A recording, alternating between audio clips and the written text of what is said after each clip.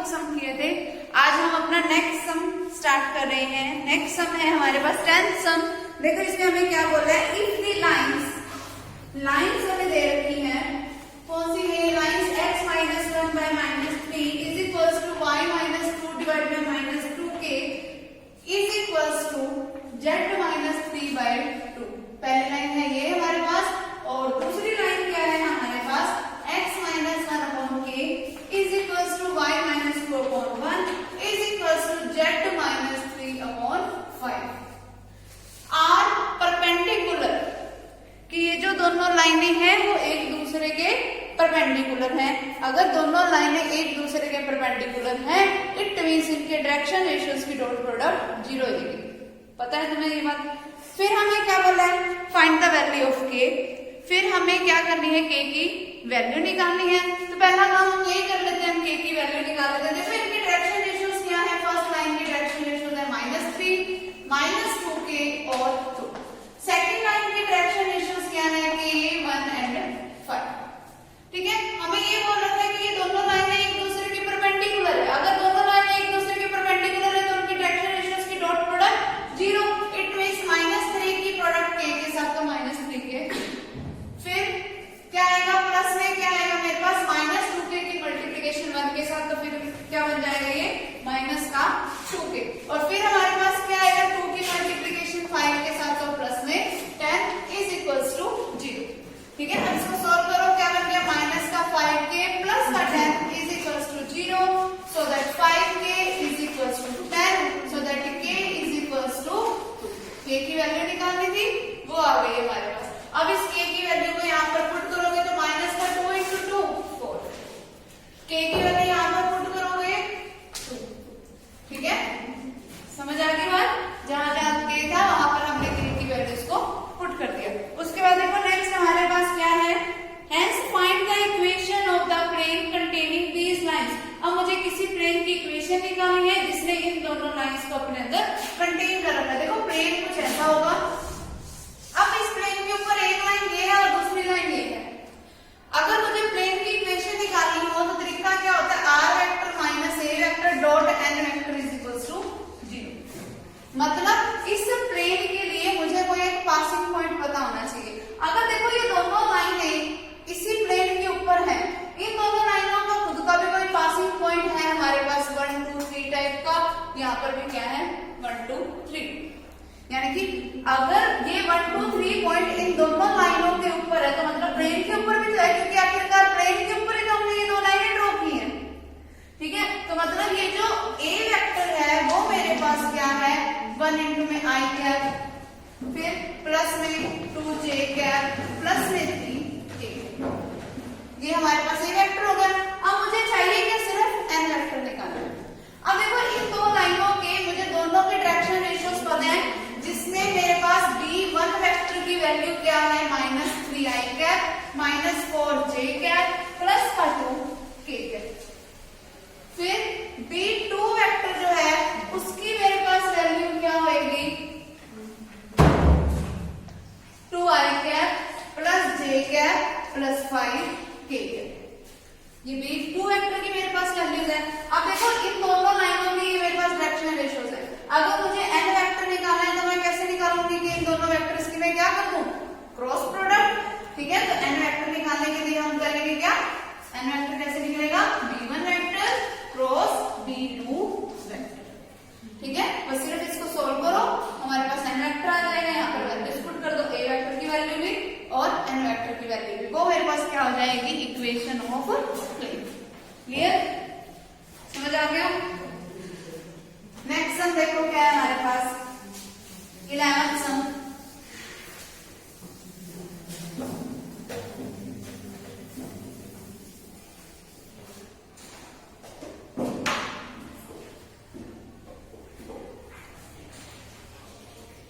देखो 11th सम बिल्कुल अलग सम है, ध्यान से देखना।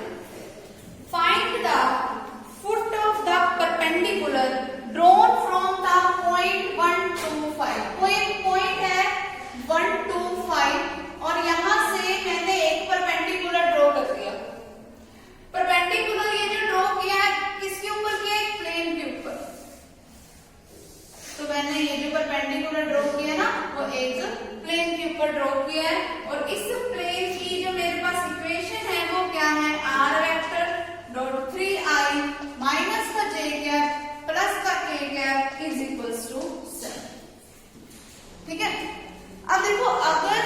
ये जो लाइन है, जो ये परपेंडिकुलर वाली लाइन है, वो इस प्लेन के देखो ऊपर है, मतलब इसके साथ 90 का एंगल बना दिया।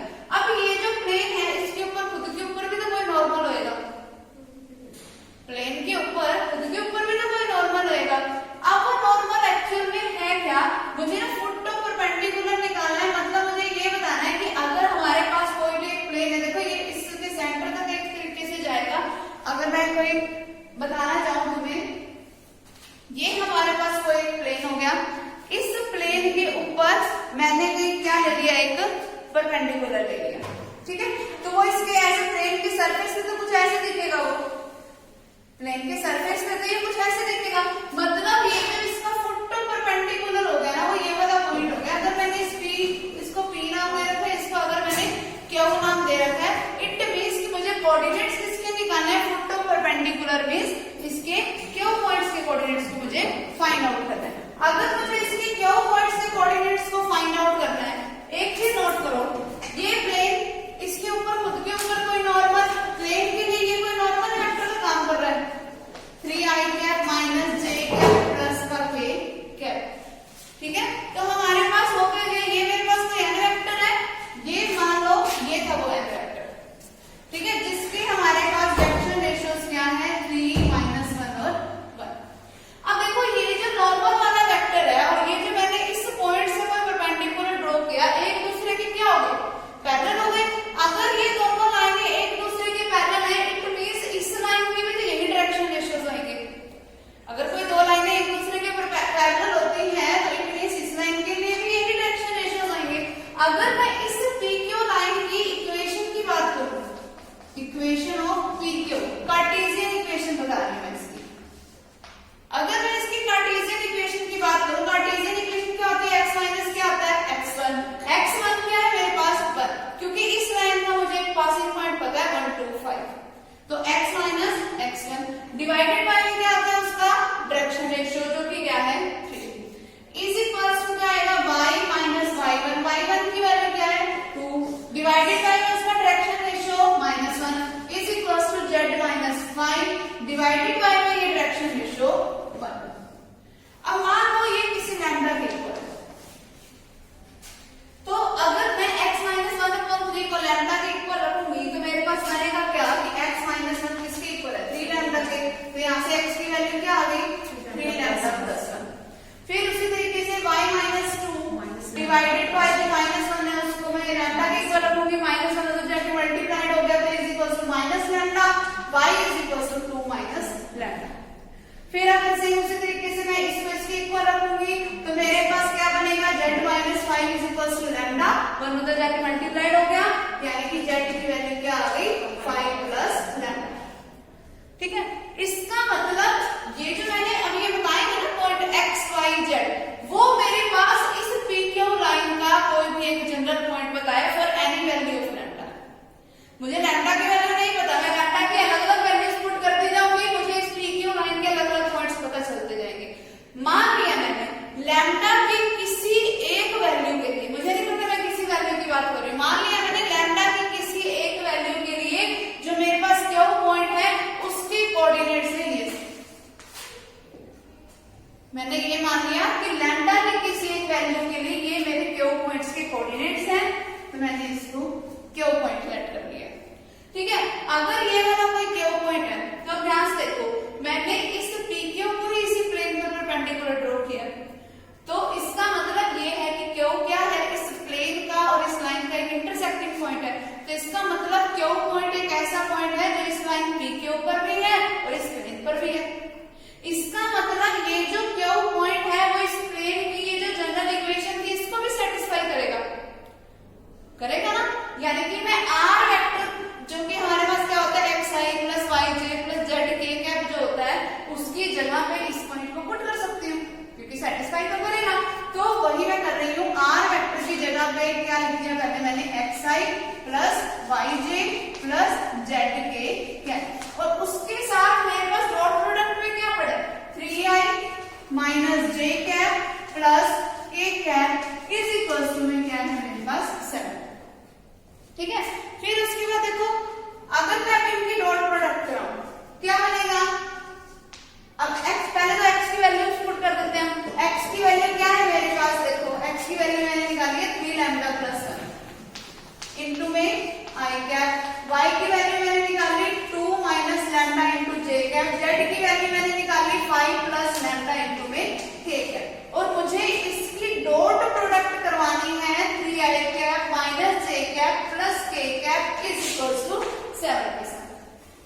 आगे समझ। अब कराओ इसकी डॉट प्रोडक्ट, क्या बनेगी 3 लैम्डा प्लस 1 की मल्टीप्लीकेशन 3 के साथ क्या बनेगा 9 लैम्डा प्लस 3, क्योंकि डॉट प्रोडक्ट का आता है तो आई वाला आई से होगा, जे वाला जे से, के वाला के से।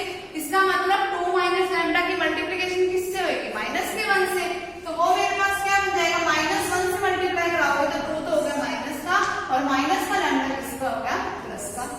फिर 5 प्लस लैम्डा की मल्टीप्लीकेशन 1 के साथ, तो प्लस में सिंपली क्या आ गया 5 plus lambda is equals to में पड़ा है मेरे पास 7। ठीक है, अब इसको सोल्व करो। 9 lambda plus lambda plus lambda 11 lambda, फिर 3 माइनस 2 1, 1 प्लस 5 6 उधर जाके माइनस हो जाएगा, क्या बन गया 1। यहां से मेरे पास लैम्डा की वैल्यू क्या आ गई 1/11, ये आ गई लैम्डा की वैल्यू 1/11। अब मेरे पास लैम्डा की वैल्यू अगर 1/11 है तो मेरे पास ये जो क्यू पॉइंट था उसके कोऑर्डिनेट्स क्या बन गए, लैम्डा की वैल्यू पुट करो 3 into में 1/11 प्लस में 1, और जो अगला पॉइंट है वो क्या आएगा 2 माइनस 1/11, उससे अगला पॉइंट क्या आएगा 5 प्लस 1/11। आगे समझ, इसको सोल्व करो। क्यू पॉइंट्स की मेरे पास कोऑर्डिनेट्स क्या बनेंगे, एलसीएम क्या आएगा 11, फिर 11 प्लस 3 14/11।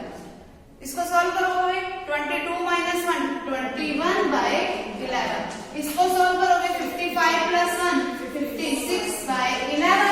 मेरे पास क्यू पॉइंट्स के कोऑर्डिनेट्स आ गए। क्यू पॉइंट क्या था हमारे पास फुट परपेंडिकुलर, जिसके कोऑर्डिनेट्स मुझे निकालने थे, आ गया। आगे समझ, इस तरीके से हम किसी भी पॉइंट्स के कोऑर्डिनेट्स को फाइंड आउट कर सकते हैं। क्लियर। नेक्स्ट सम देखो।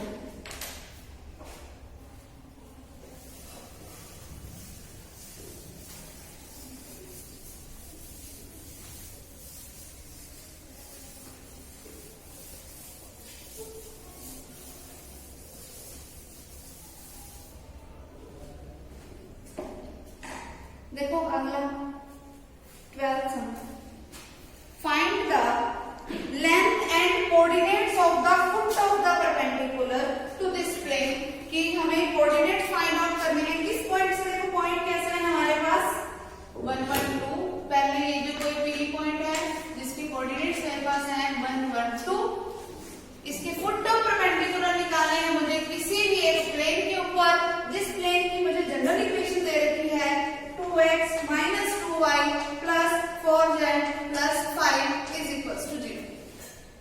ठीक है, बिल्कुल सेम वही तरीका है। सबसे पहले इस पॉइंट को कोई नाम दे दिया क्यों, और इस ये जो मेरे पास कार्टेशियन इक्वेशन है इससे मैं नॉर्मल वेक्टर फाइंड आउट करती हूँ, मतलब 2x minus 2y plus 4z is equals to -5। अगर मैं इसको वेक्टर फॉर्म में लिखूं क्या बनेगी vector form, r vector dot 2i cap minus 2j cap plus 4k cap is equals to -5। तो मतलब मेरे पास n वेक्टर क्या है 2i minus 2j plus 4k cap, ये मेरे पास n वेक्टर आ गया। इसका मतलब इस प्लेन के ऊपर जो भी कोई परपेंडिकुलर है उसके डायरेक्शन रेशियोज क्या होंगे 2 माइनस 2 एंड 4। अब दोनों ये लाइनें एक दूसरे के क्या है पैरेलल, तो इसके डायरेक्शन रेशियोज भी यही हो गए। अब इस लाइन की इक्वेशन निकाल सकते हो ना, जैसे अपन ने कार्टेशियन इक्वेशन निकालनी थी, फिर वहां से मेरे पास x y z की वैल्यू आएगी इन टर्म्स ऑफ लैम्डा।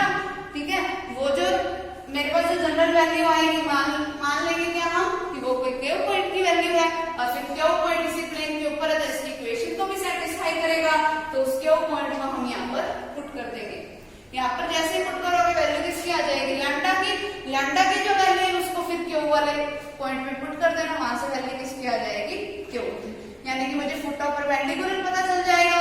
फिर इसने मुझे इसमें एक चीज और पूछी है, वो पूछी है लेंथ, कि ये जो परपेंडिकुलर वाली लाइन थी उसकी लेंथ कितनी है। देखो पी पॉइंट मुझे ऑलरेडी पता है 112, क्यू पॉइंट मैं अभी ऐसे निकाल लूंगी, फिर दोनों लाइन दो पॉइंट्स के बीच का डिस्टेंस निकालना आता है ना, डिस्टेंस को बदल सकते हैं, बस वही कर x2 माइनस x1 का whole square plus y2 minus y1 का whole square plus z2 minus z1 का होल स्क्वायर और पूरे का अंडर रूट। ठीक है, क्लियर, इस तरीके से हम निकालेंगे। नेक्स्ट देखो 13 sum, find the coordinates of the, अब ये अलग है, ये देखना कैसे है? Find the coordinates of the image of the point. किसी अब एक पॉइंट की इमेज निकालनी है। देखो तुमने साइंस में तुमने हम पढ़ते हैं कि कोई भी अगर एक जैसे मिरर के केस में, प्लेन मिरर के केस में पढ़ते हैं ना कि अगर कोई भी एक पॉइंट है, कोई ऑब्जेक्ट है, अगर वो मिरर के बिल्कुल सामने खड़ा है तो इसकी बैक में उतने डिस्टेंस में इमेज बनती है। मतलब अगर ये एक कोई भी एक प्लेन है, ये मैंने पहले कोई प्लेन ले लिया जो कि एक्ट किसकी तरह कर रहा है? मिरर की तरह। इमेज निकालनी है, मतलब इसको हम ऐसे मिरर लेके चल रहे हैं, ठीक है। अब कोई एक पॉइंट है इसके ऊपर, यहाँ पर ये पॉइंट क्या है, क्या कोऑर्डिनेट्स दे रखे हैं इसके? 2, -1 एंड 3, जिसको मैंने नाम दे दिया कोई P पॉइंट, ठीक है। अब ये मान लिया मैंने जो इनका वो पॉइंट हो जाएगा जिसपे ये इंटरसेक्ट कर रहे हैं किसी भी एक प्लेन, उसको मैंने नाम दे दिया कोई Q पॉइंट।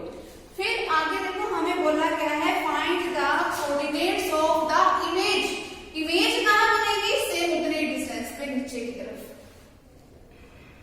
सेम उतने डिस्टेंस पे पीछे की तरफ बन जाती है। ये हमारे पास कोई भी एक सरफेस है, इस तरीके से सरफेस है, यहाँ से मैं कोई एक लाइन, कोई एक पॉइंट से लाइन ड्रॉ कर रही हूँ, सेम उतने डिस्टेंस पे नीचे तक लाइन जाएगी। जहां जिस पॉइंट तक जाएगी वो ऊपर वाले पॉइंट का क्या हो जाएगी? इमेज हो जाएगी। उल्टी दिखाई देती है हमें इमेज, तो यानी कि ये वाला पॉइंट कहां पे मिलेगा मुझे? किसी इस जगह पे, ठीक है। तो ये वाला जो पॉइंट होगा वो किसकी इमेज है? P की, तो मैंने इसको नाम दे दिया कोई P डैश। आगे समझ। अब मुझे कोऑर्डिनेट्स फाइंड आउट करने हैं इस P डैश वाले पॉइंट के, क्योंकि उसने मुझे बोला ही यही है find the image of this point, मतलब मुझे इसी पॉइंट के कोऑर्डिनेट्स फाइंड आउट करने हैं, ठीक है। और हमारे पास जो प्लेन है वो कैसा प्लेन है? 3x - 2y - z -9 = 0, ठीक है। स्टेटमेंट समझ आए? अब हम इसको सॉल्व करते हैं। देखो कैसे सॉल्व करने का तरीका क्या है। सबसे पहली बात ये, इसी का अगर मैं इसी प्लेन का कोई नॉर्मल वेक्टर निकालूं तो वो क्या है? 3i - 2j - k। इतना सबको आता है। ये मेरे पास कोई n वेक्टर है, इट मींस कि कोई ये जो n वेक्टर होगा उसके डायरेक्शन रेशियोज हैं 3 - 1 - 1। अब ये लाइन अभी तो इसी के पैरेलल है, अगर मुझे कोई दो लाइंस को पैरेलल बताना हो तो उनकी लेंथ से तो मेरे को कोई फर्क नहीं पड़ता, बस उनमें मेन बात क्या होती है कि वो आपस में लाइन ही कहीं नहीं मिलनी चाहिए, चाहे हम उस लाइन को कितना मर्जी लंबा खींचते जाए, उसकी लेंथ से मुझे कोई मतलब नहीं पड़ता, चाहे ये लेंथ छोटी है ये लेंथ बड़ी है, ये क्या पता ये छोटी हो ये बड़ी हो, हमें नहीं पता कुछ भी, ठीक है। बस मुझे इतना पता है दोनों लाइन एक दूसरे के क्या है? पैरेलल है, तो मतलब दोनों के डायरेक्शन रेशियो सेम होंगे, तो इसके डायरेक्शन रेशियो भी क्या हो गए? 3 - 2 और -1, ठीक।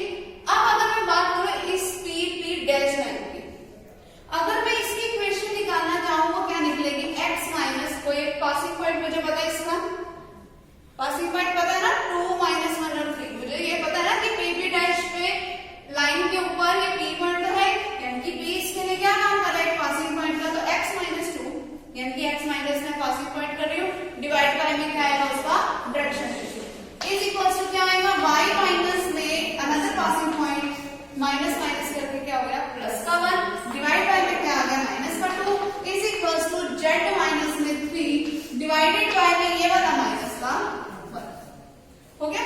अब मान लो ये किसी लैम्डा के इक्वल है, मान लिया ये किसी लैम्डा के इक्वल, तो यहाँ से क्या बनेगा? x is equal to 3 lambda plus 2, y is equal to क्या बनेगा? -2 की लैम्डा से मल्टीप्लाई क्या होगा? तो माइनस का 2 लैम्डा, 1 इधर आके माइनस का होगा तो -2 lambda -1, z is equal to क्या आएगा? माइनस का लैम्डा प्लस का x y z की वैल्यू होगी। मान लो ये सब कोऑर्डिनेट्स हैं किसी P डैश के, जो पॉइंट मुझे निकालना है, मान लो ये सारे कोऑर्डिनेट्स किसके हो गए? उसी P डैश पॉइंट के हो गए, ठीक है। P डैश पॉइंट के कोऑर्डिनेट्स ले लिए। अब देखो ये वाला Q पॉइंट क्या है?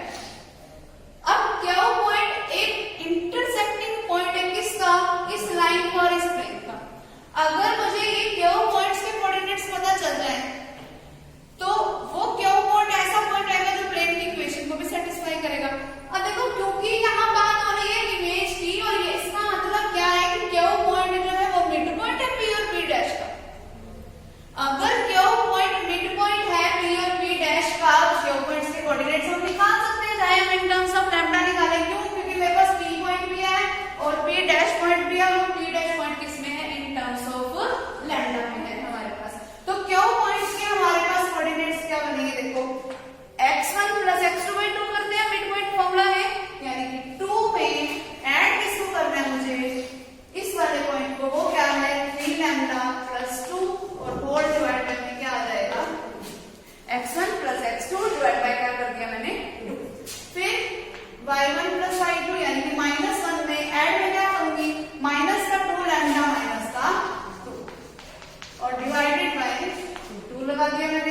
z1 यानी कि 3, फिर उसमें ऐड क्या करना है ये माइनस का लैम्डा प्लस का 3 डिवाइडेड बाय 2।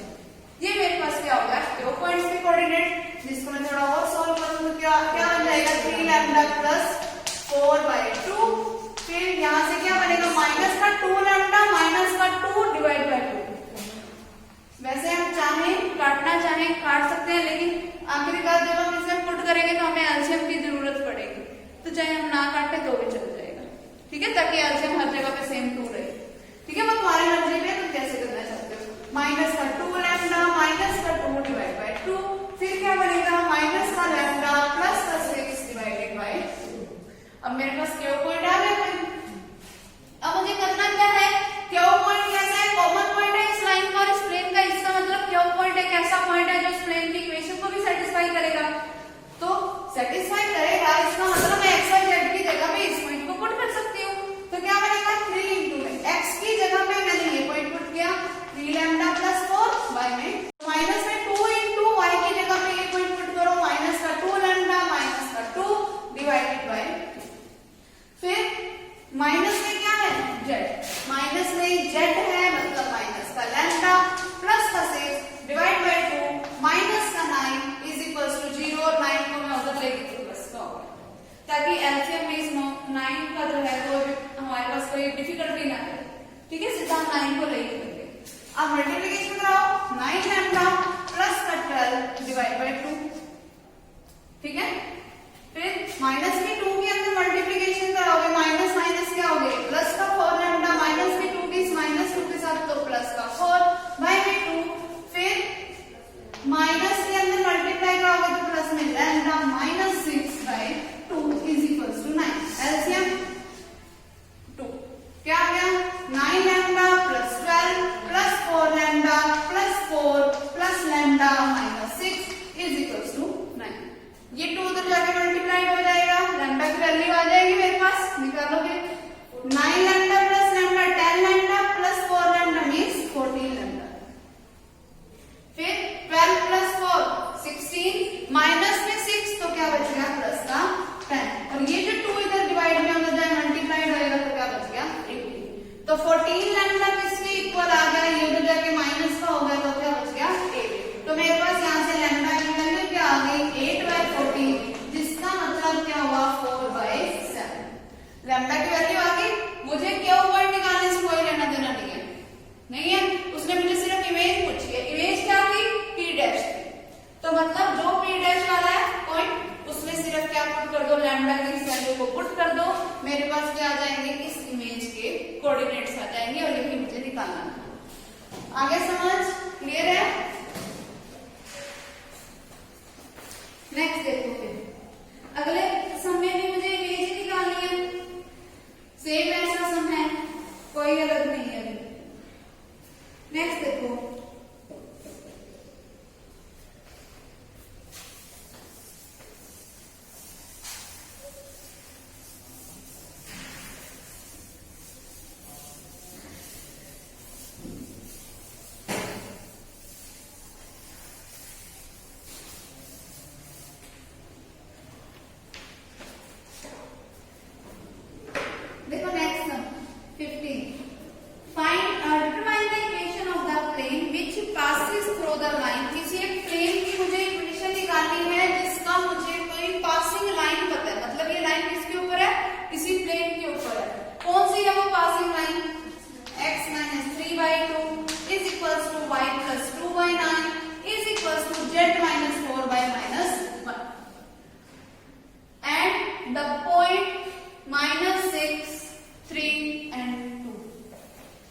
देखो अब एक प्लेन है जिसका मुझे कोई एक पासिंग पॉइंट पता है -632, एक पासिंग पॉइंट पता है और एक लाइन पता है मुझे इस प्लेन की।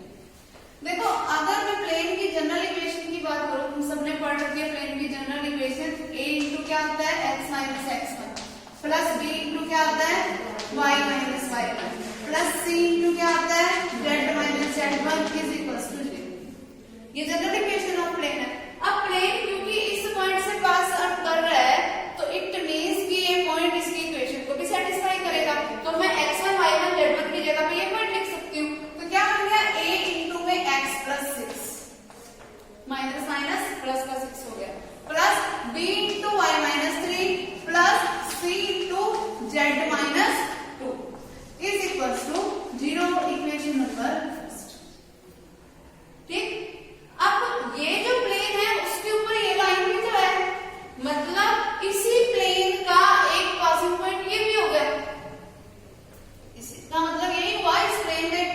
पॉइंट और क्या है 3 माइनस 2 और 4 के, ठीक है। इसका मतलब 3 माइनस 2 और 4 पॉइंट जो है इसकी इक्वेशन को भी सेटिस्फाई करेगा। एटलीस्ट मैं एक्स वाई जेड की जगह मैं ये पॉइंट भी लिख सकती हूँ। तो क्या बनेगा a into 3 plus 6 plus b into minus 2 minus 3 plus c into 4 minus 2 is equals to 0।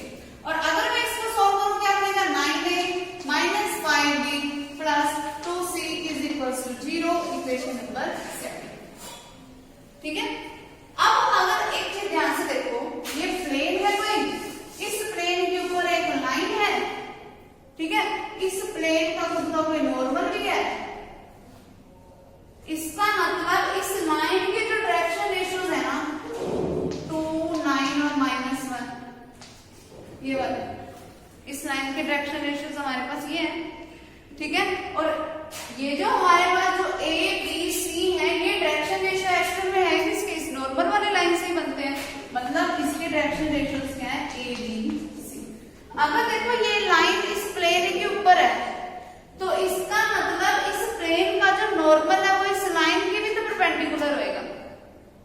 देखो दोनों में अगर हम एंगल देखें तो वो भी तो 90 डिग्री ही होएगा, ऐसा ही होगा। तो इसका मतलब अगर दो लाइनों के बीच में एंगल 90 डिग्री है, इनका मतलब इनके डॉट प्रोडक्ट क्या होएगी 0। तो इसका मतलब 2 की मल्टीप्लिकेशन a के साथ, तो क्या बनेगा 2a plus 9b minus c is equal to 0, equation number. आगे समझ क्लियर है।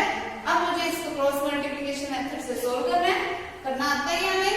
a डिवाइडेड बाय, इसको छोड़ दो, इनकी मल्टीप्लिकेशन करो -5 की -1 के साथ प्लस का 5 माइनस में 2 की मल्टीप्लिकेशन 9 के साथ ab is equal to b divided by में पहले का लगाओ माइनस का साइन, फिर इसको छोड़ दो 9 की मल्टीप्लिकेशन -1 के साथ माइनस का 9, 2 की मल्टीप्लिकेशन 2 के साथ 4 is equal to c divided by, इसको छोड़ दो 9 into 9 81 और माइनस में क्या आएगा 2 into -5 माइनस का 10 आएगा, जो कि क्या बन गया प्लस का 10, और मान लीजिए किसी के इक्वल है। तो सोल्व करो इसको, क्या बनेगा ये a बाय माइनस का 13 is equal to b by minus का 13 बनेगा, बाहर एक माइनस पहले का तो क्या होगा प्लस का 13, c बाय में 91 इज इक्वल टू a। तो a की वैल्यू क्या आ गई -13 के, b की वैल्यू क्या आ गई 13 के, c की वैल्यू क्या आ गई 91 के, सारी वैल्यूज आ गई abc की। यहाँ पर ये जो मेरे पास इक्वेशन नंबर फर्स्ट थी, इसमें पुट कर दो, सभी में से के कॉमन आ जाएगा, वो तो चला जाएगा, जो मेरे पास फॉर्म बचेगी वो मेरे पास क्या हो जाएगी इक्वेशन ऑफ प्लेन। आगे समझ, ठीक है। नेक्स्ट हम देखो, find the equation of the plane